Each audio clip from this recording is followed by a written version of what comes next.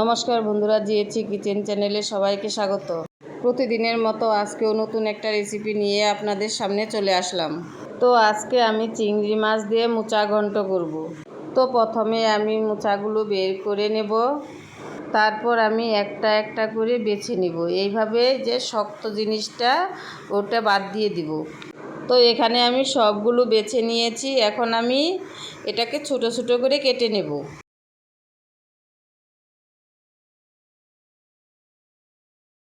তো সবগুলো কাটা হয়ে গেছে, এখন আমি এটাকে সেদ্ধ করে নেব। সেদ্ধ করার জন্য আমি কড়াই বসিয়ে দিয়েছি, কড়াইতে জল দিয়েছি, জলটা গরম হয়ে গেছে। এখন আমি কড়াইয়ের মধ্যে মোচাগুলো দিয়ে দিলাম, হলুদ আর লবণ দিয়ে একটু নেড়ে চেড়ে আমি ঢেকে দিলাম।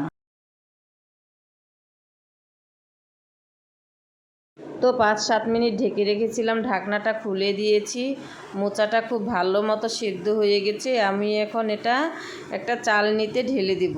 তো মোচাটা জল ঝরতে থাক, এদিকে আমি মাছগুলো ভেজে নিই।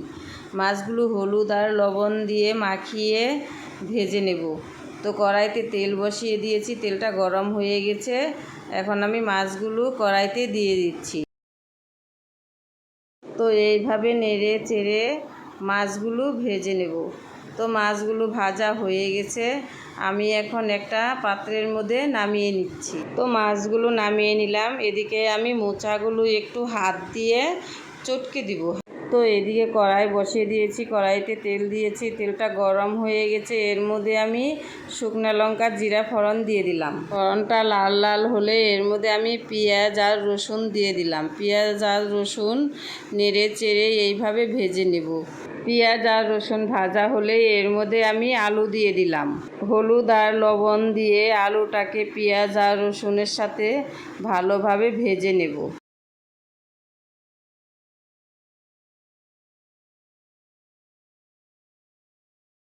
সবগুলো উপকরণ ভালোভাবে ভাজা হয়ে গেছে, এখন আমি এর মধ্যে দিয়ে দিলাম লবণ, দিয়ে দিলাম হলুদ, দিয়ে দিলাম লঙ্কা বাটা, দিয়ে দিলাম আদা বাটা, আর দিলাম জিরে বাটা।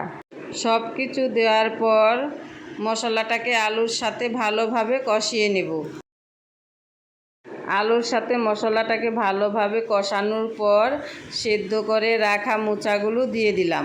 তো মোচাগুলো দেওয়ার পর এইভাবে নেড়ে চেড়ে মশলার সাথে মিশিয়ে দিলাম। ভেজে রাখা চিংড়ি মাছগুলো দিয়ে দিলাম।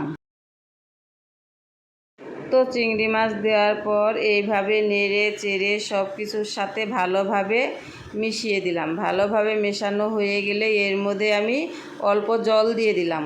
জল খুব একটা বেশি লাগবে না, কারণ মোচাটা তো সিদ্ধ করাই আছে, নিচে যাতে লেগে না ধরে, এর জন্য আমি অল্প জল দিয়ে দিলাম। তো জল দেওয়ার পর নেড়ে চেড়ে 2-3 মিনিটের জন্য ঢেকে দিলাম। তো 2-3 মিনিট পর ঢাকনাটা খুলে এইভাবে নেড়ে চেড়ে এর মধ্যে আমি গরম মশলা দিয়ে দিলাম।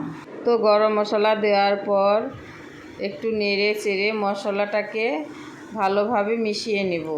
তো আমার মোচা ঘন্টটা রেডি হয়ে গেছে, এখন আমি এটাকে একটা পাত্রের মধ্যে নামিয়ে নেব। দেখতে কত সুন্দর হয়েছে, খেতেও ভালো লাগবে। আজকের মতো টাটা, বাই বাই।